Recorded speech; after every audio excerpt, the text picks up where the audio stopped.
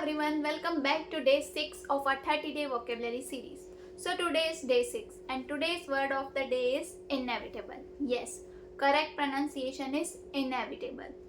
We use inevitable as an adjective.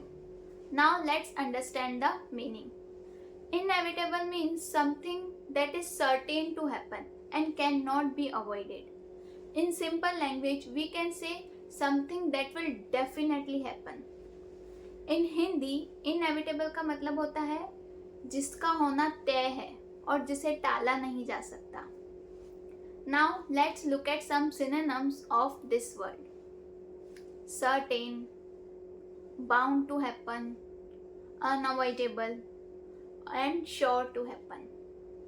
Now let's understand this word more with some examples. When you practice daily, improvement is inevitable. If you ignore your health for years, problems are inevitable. Struggle is inevitable, but giving up is a choice. So that's all for today.